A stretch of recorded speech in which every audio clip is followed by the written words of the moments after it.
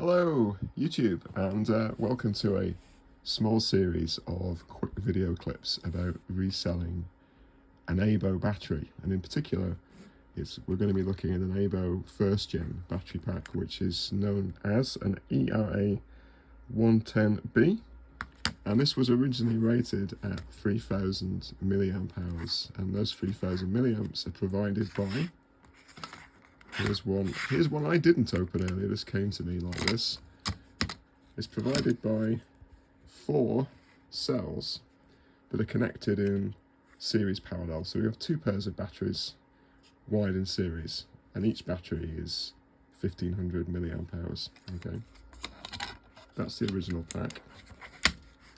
And what we're going to do is we're going to replace those batteries with 2, not 4, but 2 new batteries, and I've got one here.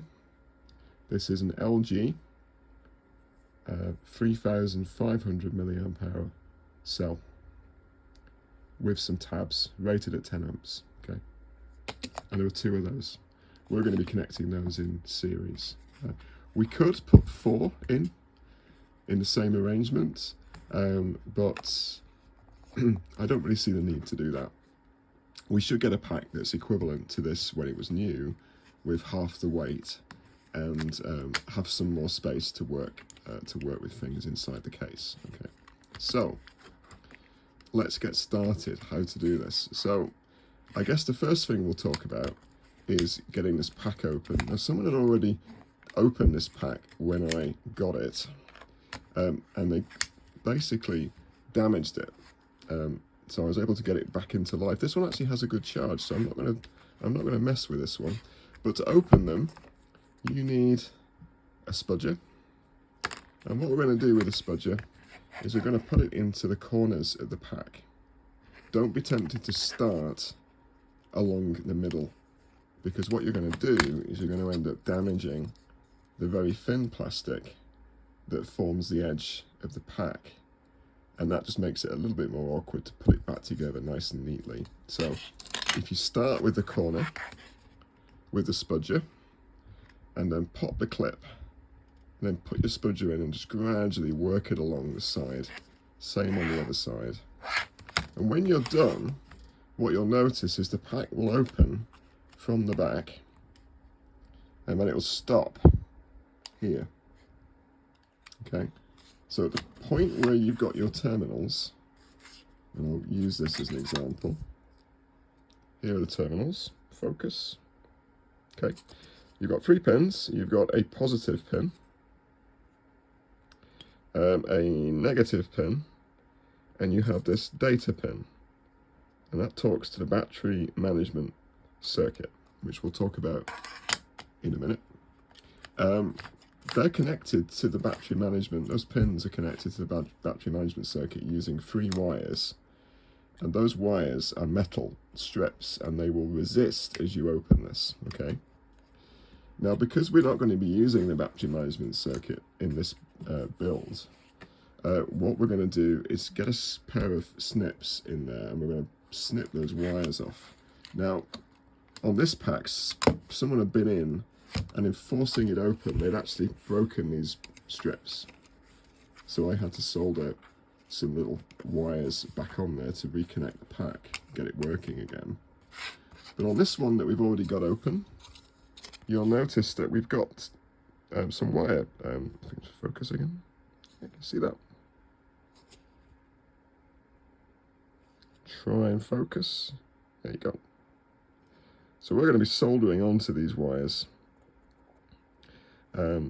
to wire up our batteries. All right. So what do you need to do this? Well, because we're going to do this in a bit of a hacky way, because we're not going to keep that management circuit. To do this safely, we're going to use a RC car charger. I already have one of these. It allows you to balance charge your battery pack, and we'll come on to why that's important in a minute. If we use a charger like this to charge the Aibo batteries, it simply means that we can charge them safely without the management module, and without the circuitry that's provided either in the dog. I'm not sure whether it's in here. I don't think it's actually in here, the charge circuit.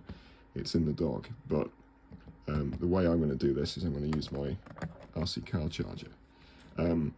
But by using that, we're going to have a safe way to charge.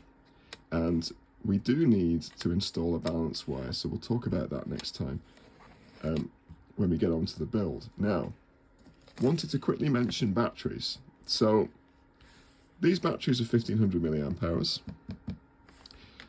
These batteries are 3500 milliamp hours, LG batteries. There's 20 years difference between them. Okay, so that's why this is double the capacity of this, although in practice it's probably going to be about the same. Okay. There are lots and lots of dodgy batteries out there in the marketplace. My advice is only buy your batteries from an outlet like CPC or Farnell or Mouser, or a dedicated battery seller with a reputation. So I've used NU Battery in the UK to get these batteries. They were about £9 with the tabs on there. You can buy batteries that claim to be 5000 milliamp hours, 9000 milliamp hours on Amazon, on eBay. You'll find batteries with names you've never heard of. I think I've got some knocking around the toolbox called Surefire. These batteries are almost entirely fake. They don't provide anything like the rated capacity, and could be dangerous. So be careful when you're choosing batteries. Find a supplier like LG or Sony or Samsung. Buy them from a reputable source.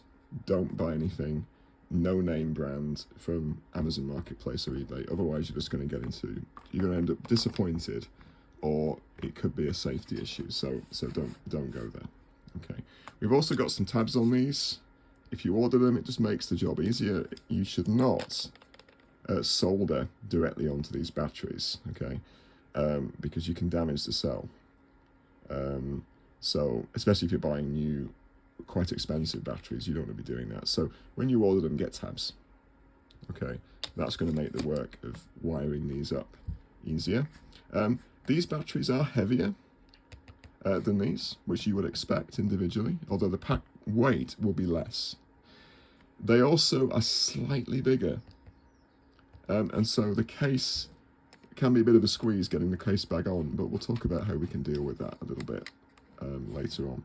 So that's kind of step one. We've just had a look at getting the case open, and we're going to, next video, we're going to look at getting these batteries soldered in. In terms of tools, you need a spudger, a charger, a means of charging, something to plug the battery into, which we'll talk about in a bit. Again, this is just the way I've done it. There are different ways to do this. You need a multimeter to check your work, and you need a soldering iron. Okay, so that's and a pair of snips, of course, to be snipping these wires and solder. So let's come back to this next video and see what progress we've made.